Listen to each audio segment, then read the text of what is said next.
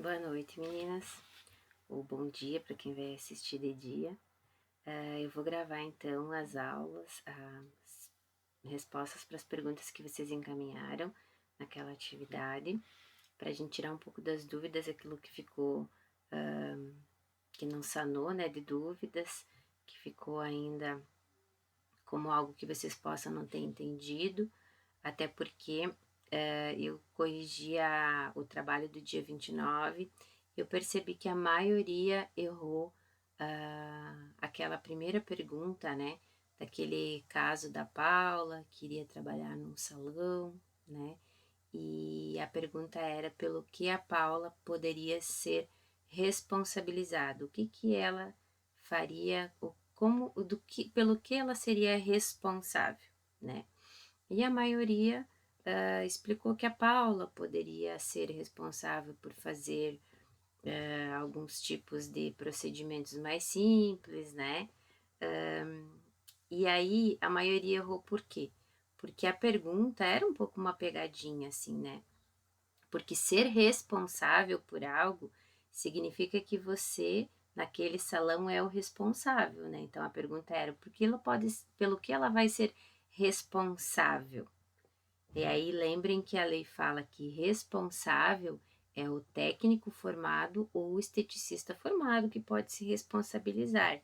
Então não pode ser um estudante, não pode ser uma pessoa que só fez um cursinho básico, tá?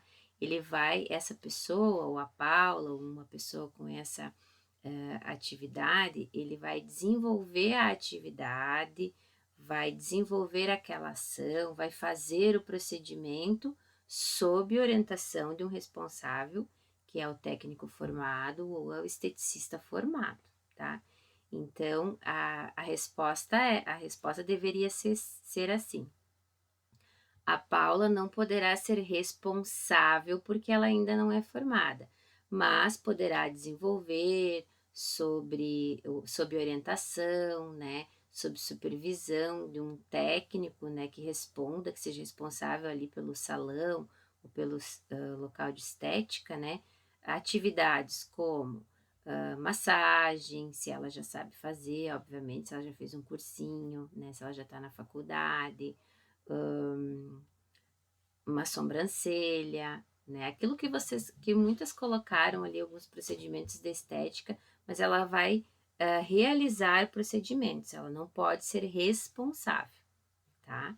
Então tem que cuidar muito com essa palavra. O ser responsável, a lei fala que responsabilidade, ser responsável é função e é atividade e é uma obrigatoriedade de quem tem a formação, ok? Só duas alunas, né? Só duas colegas de vocês que se deram conta, né? Dessa palavra que é a responsabilidade e responderam de forma correta, tá? Que ela não vai poder ser responsável, né? Por atividades e sim ela vai poder desenvolver trabalhos, desenvolver atividades, né? Desenvolver sob orientação procedimentos de protocolo, tá? É isso aí. Então tem que tomar cuidado com isso. Essas pegadinhas podem cair, inclusive, no ENAD, quando vocês forem fazer algum tipo de prova, tá ok? Vamos lá às perguntas. Uma das perguntas foi assim, ó. Se eu, como esteticista, tiver conhecimento de um procedimento e souber fazer, de acordo com a lei e o código do esteticista, eu vou poder realizar o procedimento? Sim, se você está formado como esteticista e você teve essa matéria, você aprendeu a fazer isso na tua formação técnica ou na tua graduação ou no teu tecnólogo, se você tem o domínio, com certeza você vai poder desenvolver, não tem por que não, né? O que acontece é que às vezes depende muito das grades que tem nos cursos, alguns cursos às vezes não ensinam certas técnicas, né? Então, assim, se você não fez um cursinho além daquilo ali para desenvolver, né, aquela técnica, é arriscado você fazer, tá? Sem ter um domínio da técnica, né? Mas se você é esteticista formado, e vocês podem verificar também no CBO, que é o Código de Ocupação Brasileira, que para cada profissão ele tem dentro dele descrito tudo o que é possível fazer dentro daquela profissão. No Código Brasileiro de Ocupações tem muitos itens do que faz parte do que compõe o trabalho, por exemplo, de um esteticista. Porque ali na lei ele é mais geral, né? E às vezes no Código de Ética também ele fica mais geral. Ah, mas o que de fato eu posso fazer? Tudo que você aprendeu no curso, você pode, obviamente, vai poder desenvolver depois de formado, tudo que você aprendeu ali, né? E coisas às vezes até para além. Só que se você não tem a técnica, se você não aprendeu o protocolo, se você não aprendeu a desenvolver, né? Você não vai fazer sem ter um mínimo de noção, né? Ah, eu lá no meu curso, eu não aprendi a fazer sobrancelha, né? A fazer, a utilizar, né? Esse sistema de, de sobrancelha definitiva, enfim, eu esqueci o nome agora, né? Então, se você não aprendeu ali dentro do curso, né, a técnica em si, às vezes você aprendeu sobre a parte teórica, os cuidados que tem que ter, até os componentes da tinta, tudo isso você estudou, né? Mas a técnica em si de fazer, você às vezes não desenvolveu lá no curso, né? Então, você vai buscar um cursinho paralelo só para desenvolver isso e você vai poder fazer depois com certeza, né? Às vezes até antes, se você for trabalhar em algum local que tenha um técnico responsável, né, que vai responder pelas questões estéticas daquele local, e ele puser você para desenvolver essas ações ali como prática, né, em momento de prática, como para te ensinar ou para você desenvolver a técnica, pode também. O que você não pode é assinar ou é estar como responsável para fazer aquilo que isso que era o que eu tinha comentado sobre a prova também, sobre o trabalho, e que algumas, no caso, não escreveram dessa forma, talvez porque não tenham interpretado também corretamente, tá? A outra pergunta. Quem faz design de sobrancelha, extensão de cílios e micropigmentação vai poder continuar trabalhando normalmente sem ter um curso superior técnico ou tecnólogo em estética? Em princípio, se ele fez o outro cursinho, né, poderia, né, porque ele fez um curso. Agora tem algumas ressalvas, tá? É uma pergunta bem importante, assim, e como é que eu posso dizer assim? Ela é complicada porque, sim, tem muitas leituras, tem muitas interpretações sobre isso, né? A pergunta continua assim. Caso não possa, o que pode acontecer se a pessoa continuar seu trabalho normalmente depois dessa lei? Então, a lei ela veio em 2018 para regularizar as atividades do esteticista, né? Da lei em diante, significa que essas funções estéticas, essas atividades estéticas, elas estão legadas ao esteticista. Então, assim, para ser esteticista tem que ter os cursos reconhecidos, né? A gente vê aí um monte de cursos de design de sobrancelha, extensão de cílios, micropigmentação e tudo mais, que são cursos básicos, não são cursos, às vezes, de formação superior e nem técnica, são cursos de poucas horas e tudo mais, né? Em princípio, a lei, ela não diz que as outras pessoas não podem fazer, sabe? Que você, não pode de jeito nenhum ir lá e trabalhar com isso. Mas também, a gente sabe que se der, por exemplo, assim, uma denúncia ou algo assim, a pessoa que está fazendo, ela vai ser investigada se aquele curso dela é realmente um curso reconhecido, né? Se é um local, se o local que desenvolveu esse curso é um local sério, né? Se aquele profissional ele está desenvolvendo de forma correta. Então ele pode vir a sofrer algum tipo de penalidade, alguma solicitação de ajuste, né? Agora, se não for nada grave. Agora, se for algo grave, ele vai responder, né, de várias formas, civil, penal, enfim, e ainda vai ter o agravante de não ser um profissional formado, né, para desenvolver aquilo. E tem que tomar muito cuidado com esses cursinhos, assim, porque às vezes, assim, eles não têm registro nenhum, né? Não tem nada que comprove que aquilo é sério, né? Então, assim, tem que tomar muito cuidado. Mas eu imagino, assim, que isso, as pessoas não vão ser proibidas de fazer isso, né? Mas elas podem sim ser denunciadas, até porque, assim, cada vez mais essa categoria do esteticista, ela está se fortalecendo e vai se fortalecer. E ela vai brigar pelos seus direitos e tem que brigar pelos seus direitos, assim como outras categorias, né? E isso vai limitando as pessoas que às vezes querem desenvolver isso sem ter todo o estudo que essa pessoa tem, né? É injusto, inclusive, né? Você fazer um curso todo e você vê pessoas que às vezes nem fizeram tudo aquilo e estão desenvolvendo também, né? Não pagam, às vezes, o imposto que precisa pagar, não pagam o alvará que tem que pagar. É claro que, assim, ó, cada município tem a sua lei sanitária, né, de vigilância, e, em princípio, quem vai avaliar isso, quem vai verificar tudo isso é a vigilância. Tem prefeituras, por exemplo, que já têm critérios e leis para esse tipo de trabalho. Para quem faz, por exemplo, micropigmentação, para quem faz tatuagem, por exemplo, né? Porque é agulha, né? É um procedimento que tem uma agressão, tem uma inserção na pele, né? Então, assim, tem uma série de riscos que precisam ser evitados e uma série de cuidados que precisam ter. Então, assim, teria que verificar no município quais são as regras para esse tipo de empreendimento funcionar, né?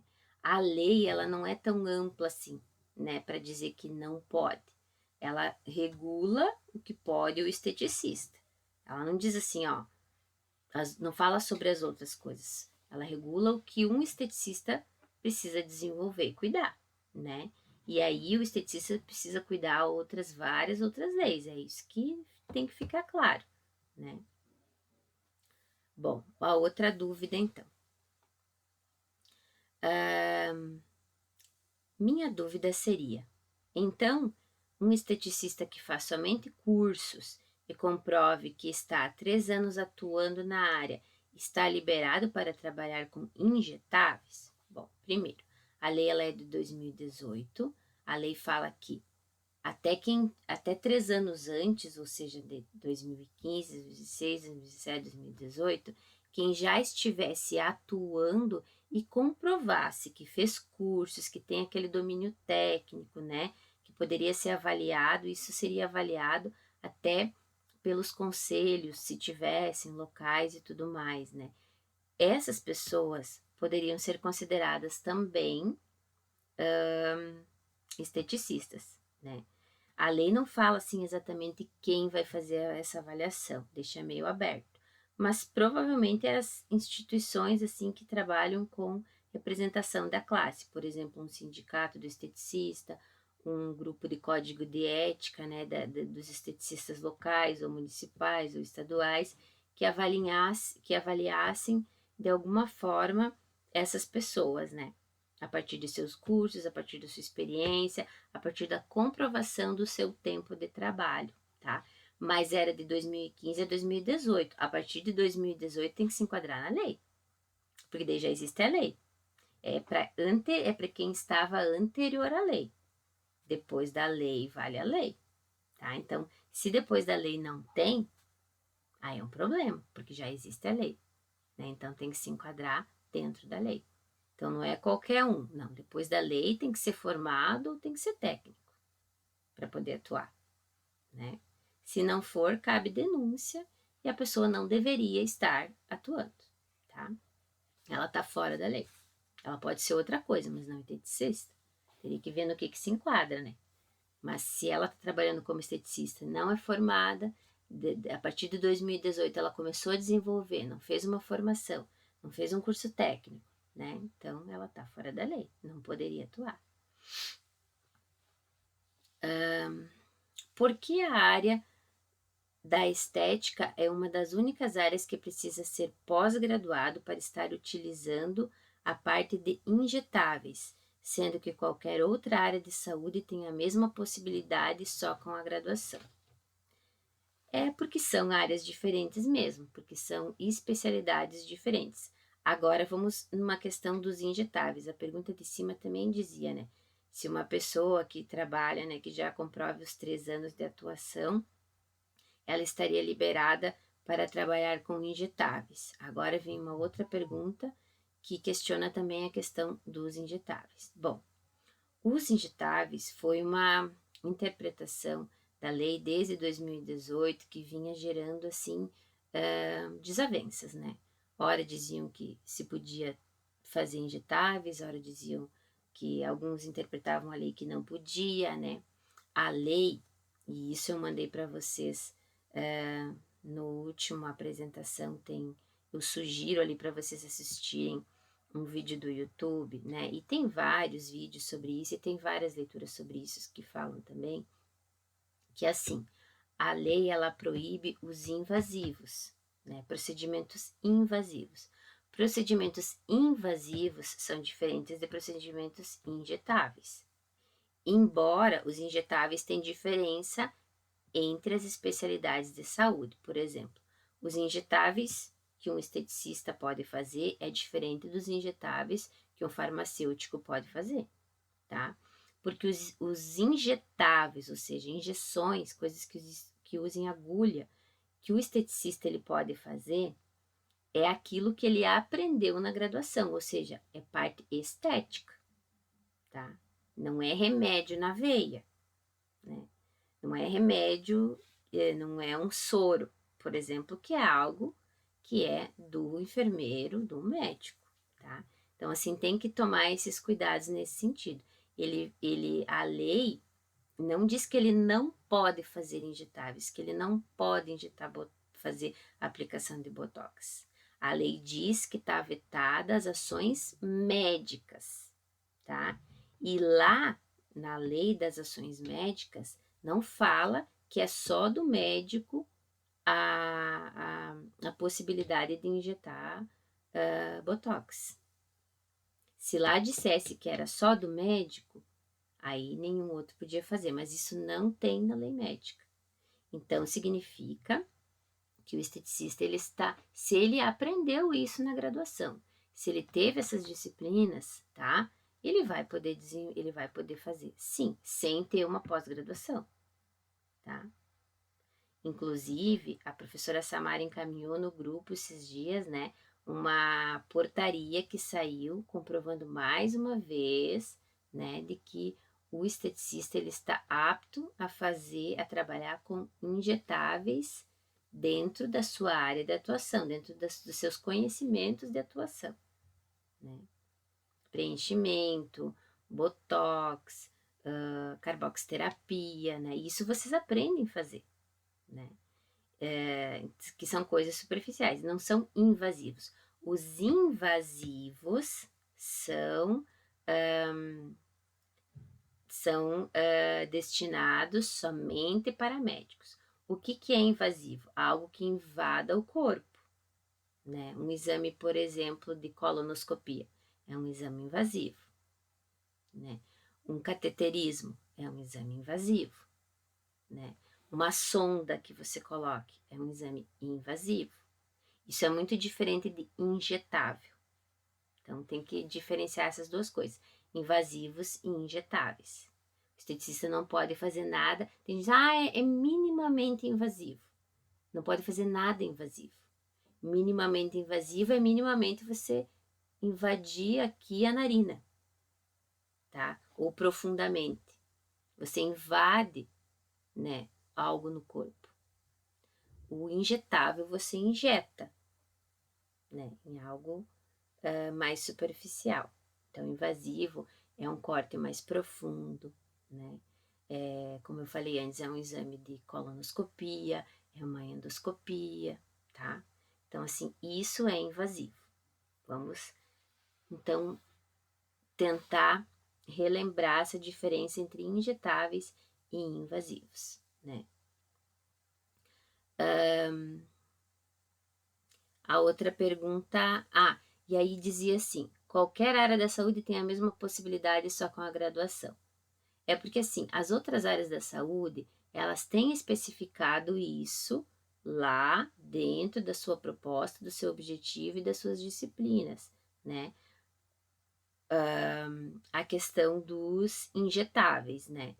Mas, volto a dizer, o esteticista não está proibido de fazer um injetável, desde que ele tenha isso no seu programa de graduação. Desde que esteja previsto, ele aprendeu a fazer isso, tá? Isso é o que diz a lei. Isso é o que diz várias interpretações da lei, tá? Tem interpretações que dizem que não...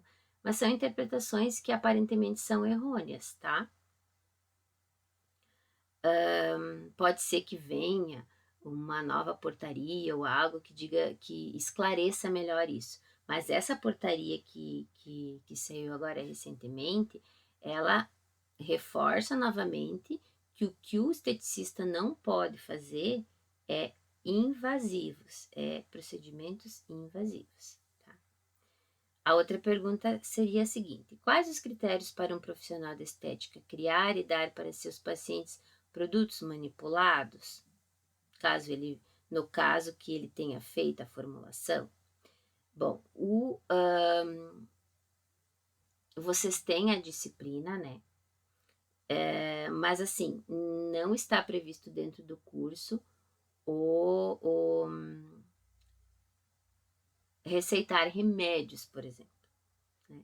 Agora, se você fez a disciplina, né, e entende a formulação de um creme, por exemplo, né, você pode solicitar para manipular, tá?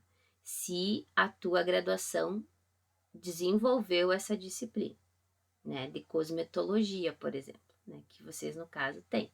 Ou seja, vocês aprendem os componentes, aprendem para que eles servem, como que vai utilizar. Então, vocês podem solicitar para o paciente, por exemplo, comprar um creme que tenha isso, isso e aquilo. Porque vocês sabem a fórmula, porque vocês souberam, vocês estudaram para saber sobre ela, né? Então, o que o esteticista pode é sugerir e indicar cosméticos, não é remédios. Remédios é só médico que pode receitar remédio, tá? E psiquiatras. Vocês, esteticistas, podem sugerir, indicar as substâncias, né? Assim, produtos que tenham a substância, porque vocês estão conhecendo a substância, vocês sabem como ela age, tá? Mas isso não é receita de remédio, não é diferente. A outra pergunta era uma dúvida, né, assim, que é também sobre essa questão de prescrição médica, porque, assim, tá entre a questão de proibição, é o artigo 8º do Código de Ética, que fala, assim, que é vedado, né, ao esteticista prescrever medicamentos, injetar substâncias ou praticar atos cirúrgicos. No caso aqui de injetar substâncias, seriam substâncias que não fazem parte, né, do roteiro ali de conhecimentos que você desenvolveu. Né? Por exemplo, como é que eu falei antes, agora até esqueci. Carboxterapia, vocês vão aprender, né? Então, carboxterapia, você teve lá na tua graduação, você vai poder injetar essa substância porque você estudou sobre ela e você estudou como aplicar ela.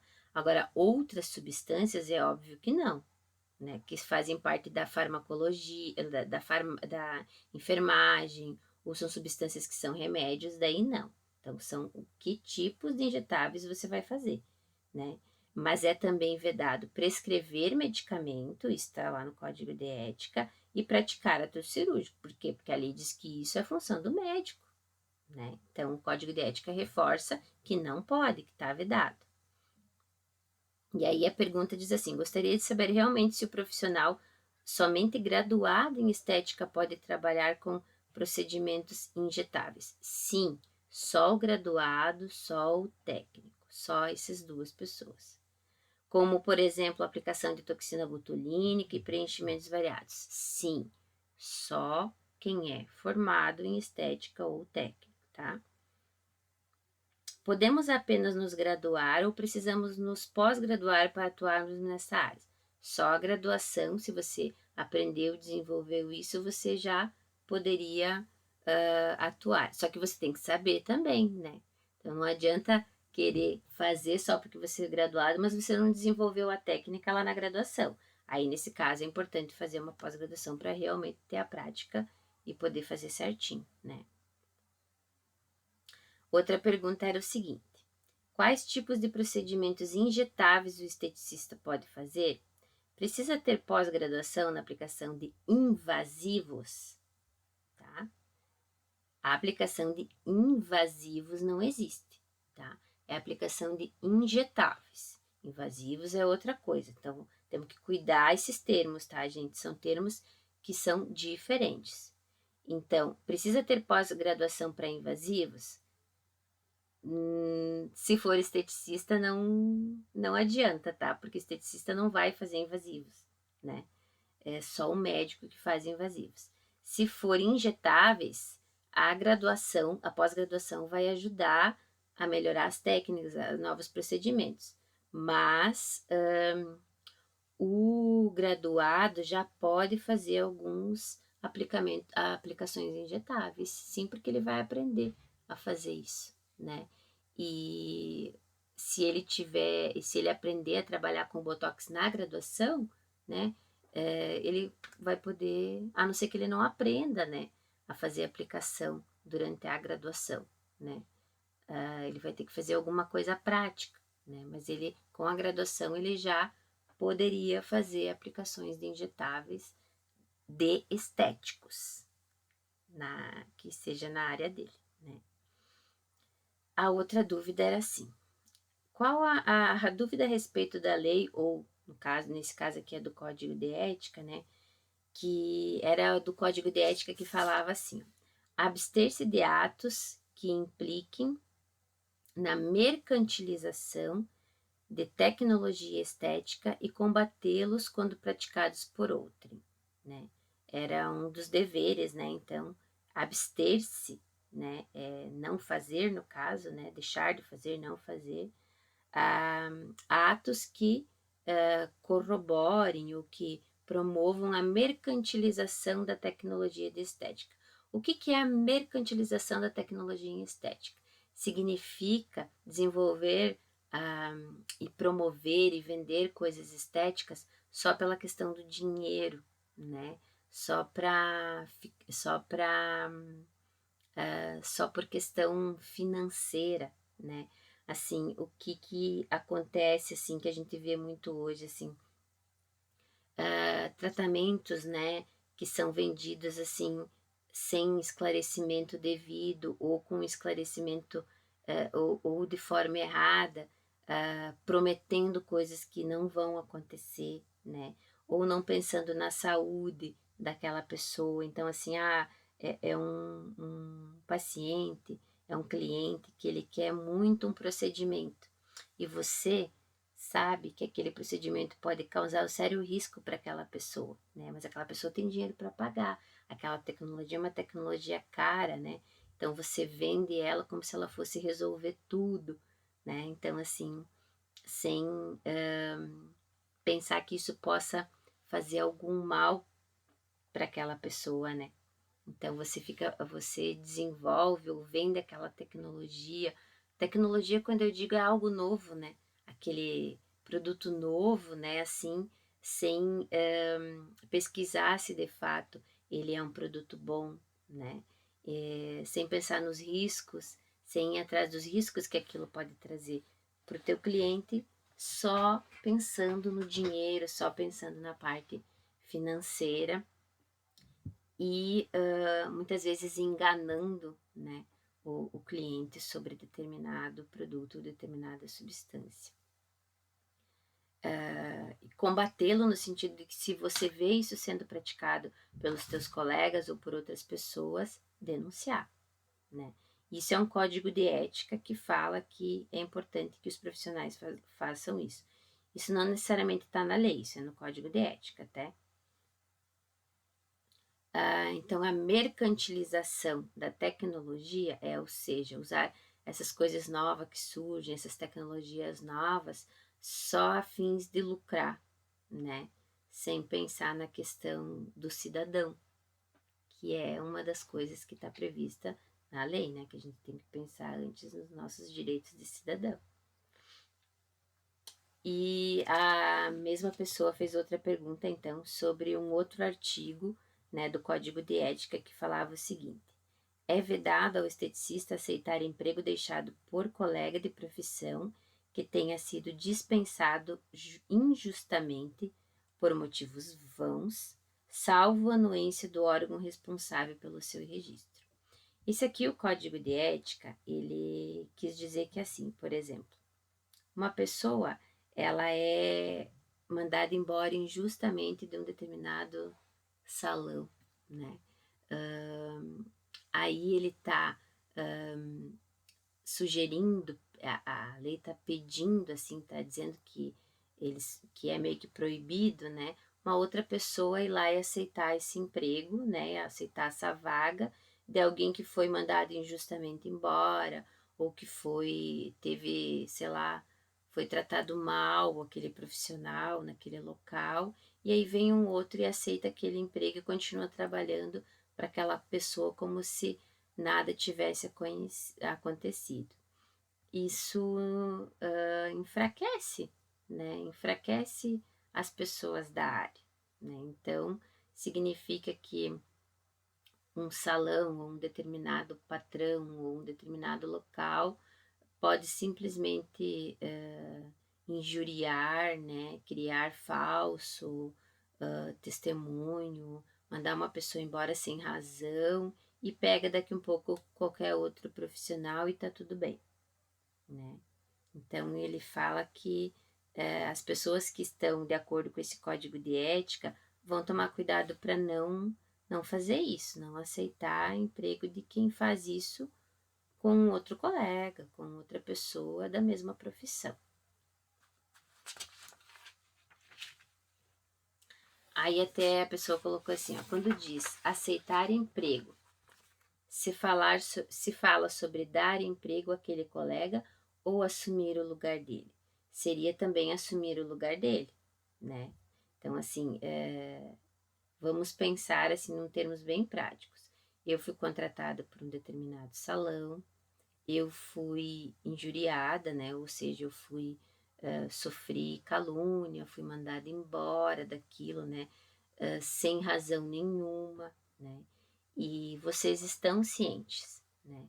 E aí é aberta essa vaga ali e uma outra pessoa vem e pega o meu lugar, como se nada tivesse acontecido, como se eu, colega de profissão, não tivesse sido